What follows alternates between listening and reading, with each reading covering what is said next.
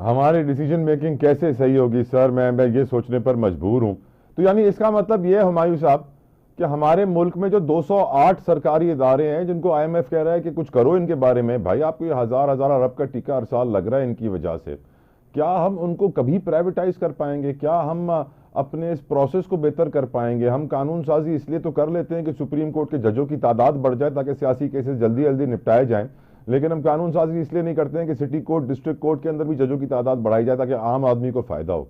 आखिर कब तक हम इसी तरह खसारों में, क्योंकि हम जिस तरह देखा सर डाउन साइजिंग और राइट साइजिंग का जिक्र बड़ा हुआ है इस हुकूमत में, और फिर यूटिलिटी स्टोर्स को बंद करने की बात हुई और फिर उनके मुलाजमीन सड़कों पर आ गए, एहतजाज किया, हुकूमत को घुटने टेकने पड़ गए। हुकूमत ने कहा हम किसी को फारिग नहीं करेंगे, सबको एडजस्ट करेंगे दूसरे डिपार्टमेंट्स में।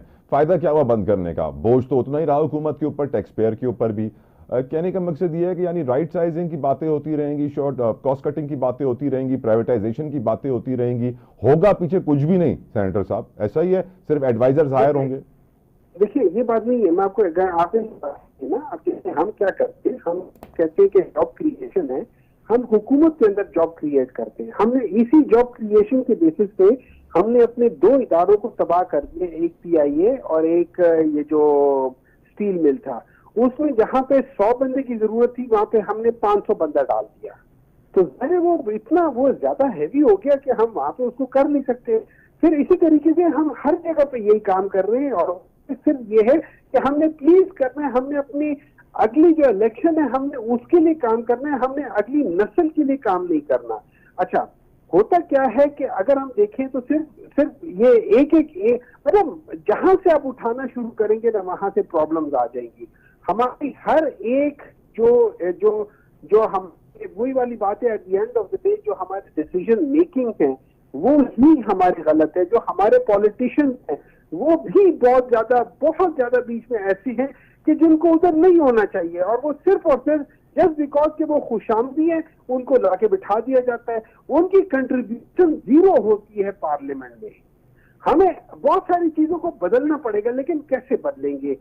इसके लिए हमें प्रिंसिपल डिसीजंस लेने चाहिए, इसके लिए हमें आगे बढ़ के कुछ करने चाहिए। वरना मेरा नहीं ख्याल कि अब आपको एक मिसाल देता हूँ। पानी जो है ना, पानी इट इज इकोनॉमी, ठीक है। पानी 1 मिलियन एकड़ फुट पानी जो होता है ना वो $1 बिलियन की इकोनॉमी करता है, ठीक है। पाकिस्तान हर साल अंदाजन 30 मिलियन एकड़ फुट पानी जो है ना वो जाया करती है। इसका मतलब है अगर हम 1 से 2 बिलियन उसमें कर ले तो 30 से 60 बिलियन डॉलर पाकिस्तान हर साल जाया कर देता है। वो सर आपकी हुकूमत में हमें डैम के नाम पे डैम फूल बनाया गया था सर। नहीं देखिए इस बार नहीं है, वहां पे डैम बन रहे हैं। हम लोगों ने जो डैम थे वो सारे अच्छी जगह बन रहे हैं।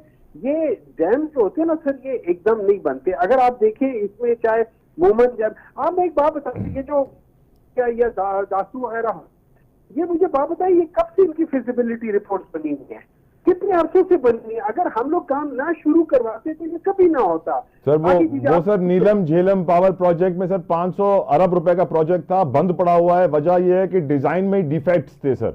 इमेजिन एग्जैक्टली द पॉइंट है। ये किन्होंने बनवाया था, ये कब बनवाया था, ये पता नहीं किस अरसे के बना हुआ है और उसके 2 दफा कोलैप्स कर चुका है। इसका मतलब ये है कि हम लोगों ने उसमें कुछ मतलब हम लोगों ने कितने गलत डिसीजन किए। रिसेंटली ये इंपोर्टेड कोल का जो है साहिवाल में, इसकी तुक नहीं बनती। मैं आपको एक और बात बता देता हूँ, पाकिस्तान के जो कर्जा है वो पता नहीं 3-4 खरब होगा, 5 खरब होगा, कितना होगा, ठीक है। आपको पता है पाकिस्तान ये जो IPPs के अंदर है तकरीबन 15 से 14 रुपए लोगों को उन्होंने इस पिछले 10-15 सालों में 20 सालों लोगों को दिए, in terms of subsidy payment and in terms of profit and in terms of compensation, in terms of tax relief. क्या सोच सकते हैं पाकिस्तान जैसा मुल्क 14-16 खरब रुपए? जी हाँ सर, यकीनन आप सही कह रहे हैं सर। बड़ा बड़ा खून चूसा गया पाकिस्तानी अवाम का बिजली के बिलों से। मुझे ये बताइए सर, आजकल माहौल सा बन गया है और चीफ